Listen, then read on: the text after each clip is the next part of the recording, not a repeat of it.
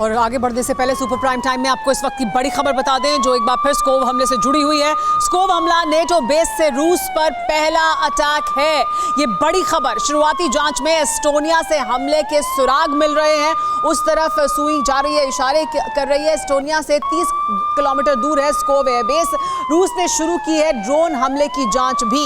स्कोव airbase हमले पर Ukraine ने साधी है चुप्पी। अभी तक यूक्रेन चुप्पी साधे हुए, लेकिन ऐसे सुराग मिल रहे हैं, ये संकेत मिल रहे हैं कि ये हमला एस्टोनिया से कराया जा सकता है और वहां से हुआ हो ये संभव है। अगर ऐसा है तो नेटो जमीन से किया गया ये पहला बड़ा हमला होगा।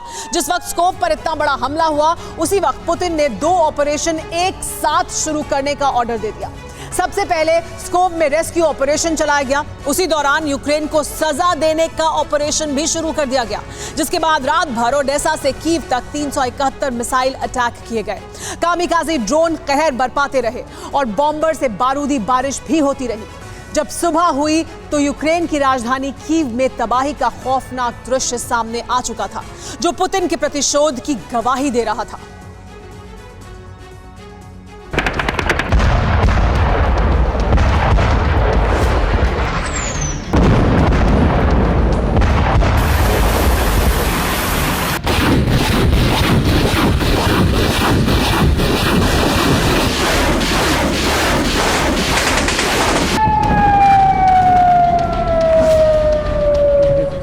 अगस्त की रात कीव के लिए कयामत की रात बन गई।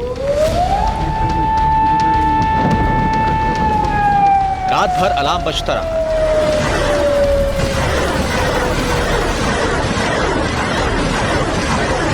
और रूस की मिसाइलें कीव को शमशान बनाती रही।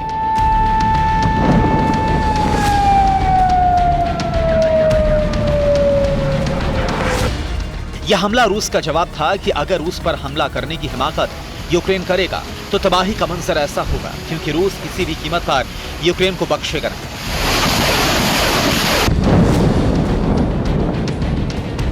जिस वक्त स्कोव में यूक्रेन ने अटैक किया था उसके कुछ देर बाद ही रूस ने इतना विध्वंसक पलटवार किया कि यूक्रेन की राजधानी दह गई।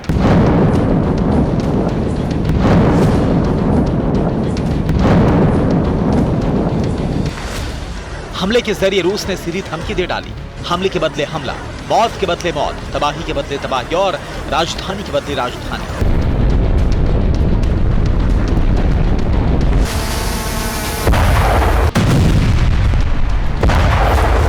और जब रूस ने यूक्रेन की राजधानी कीव पर जवाबी हमला किया तो मिसाइल स्ट्राइक से दहल गया कीव। ड्रोन स्ट्राइक से कीव में कोहराम मच गया।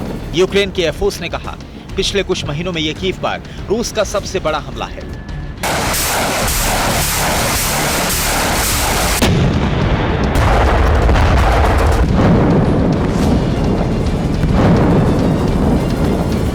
रात भर कीव थर्राता रहा क्योंकि एक के बाद एक चारों दिशाओं से ताबड़तोड़ हमले हो रहे थे। रूस का हमला इतना विध्वंसक था कि कई रिहायशी इमारतें बर्बाद हो गईं और कई लोग इस हमले में मारे गए।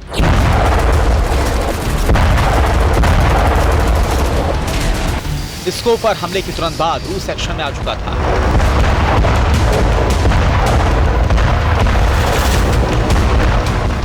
ऑन द स्पॉट बदले का ऑर्डर पुतिन से मिल चुका था। हमले में रूस ने 3 तरह के हथियार इस्तेमाल किए और उड़ीसा से लेकर कीव तक तबाही होती रही।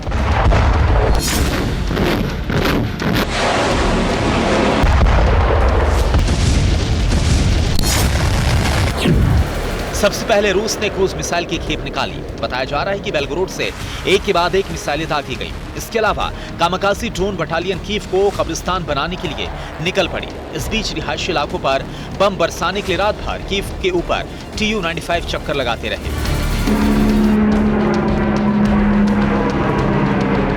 दरअसल रूस ये जानता है कि यूक्रेन का डिफेंस सिस्टम पूरी तरह से तबाह हो चुका है, इसलिए रूस ने जमीनी हमले से ज्यादा आसमान से बारूद की बारिश की।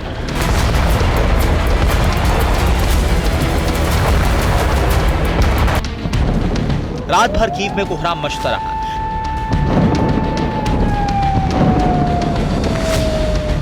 जब सुबह हुई तो कीव की सबसे खौफनाक सुबह बन चुकी थी। कुछ तस्वीरें भी सामने आ चुकी हैं। ये कीव में तबाही की सबसे पहली तस्वीर है, जब मिसाइल और ड्रोन का बरसना रुक चुका था। बस कीव की हवा में बारूदी गंती और सामने बर्बादी का मंजर। जिस जगह मलबा है वहां पर एक इमारत थी जो पूरी तरह से जमींदोज हो चुकी है। ऐसी कई तस्वीरें कीव से पहले भी आई हैं, लेकिन पिछले कुछ महीनों में इतनी बड़ी तबाही अभी तक नहीं हुई है। अब ये रात में हमले के वक्त का वीडियो है, कैसे एक पूरा इलाका आग की लपटों में घिर चुका है। मिसाइल और ड्रोन अटैक के बाद कीव में कई इलाके इसी तरह से सुलगते रहे। न सिर्फ कीव बल्कि यूक्रेन के दूसरे शहरों पर भी ताबड़तोड़ अटैक किए गए। Kyiv, Sumy, Zaporizhzhia, Donetsk, Kherson, Odesa पर बीती रात रूस ने काफी तबाही मचाई है। कीव सिटी के मिलिट्री हेड सर्गेई पोपको ने बड़ा दावा किया है कि जवाबी कार्रवाई में 28 मिसाइल और 20 ड्रोन को मार गिराया गया। यूक्रेन की तरफ से कहा गया है कि रूस ने स्ट्राइक के लिए ईरान से खरीदे शाहेद ड्रोन का इस्तेमाल किया था। अगर कीव और सुमी को छोड़ दिया जाए तो रूस पिछले 24 घंटों से कई इलाकों में जबरदस्त शेलिंग कर रहा था। खरसोन में 24 घंटे में 452 बार शेलिंग की। इसके अलावा रूसी पैराट्रूपर्स ने आर्टोमोवस्क में यूक्रेनी बेस पर अटैक किया। दार्निस्की में मिसाइल अटैक के बाद तेज धमाका हुआ और वहां पर मौजूद कई इमारतें आग की लपटों में घिर गई। इस बीच रूस की तरफ से दावा किया जा रहा है उसने एयर स्ट्राइक करके एक यूक्रेनी कॉम्बैट बोट को तबाह कर दिया। बोट में यूक्रेन के 50 सोल्जर भी सवार थे। सभी के सभी Tu-95 से की गई एयर स्ट्राइक में मारे गए। दरअसल रूस का ये जवाबी हमला था क्योंकि रूस के पलटवार से कुछ घंटे पहले ही यूक्रेन ने सी ड्रोन से क्रीमिया और सेवास्तोपोल बेस पर हमला किया था।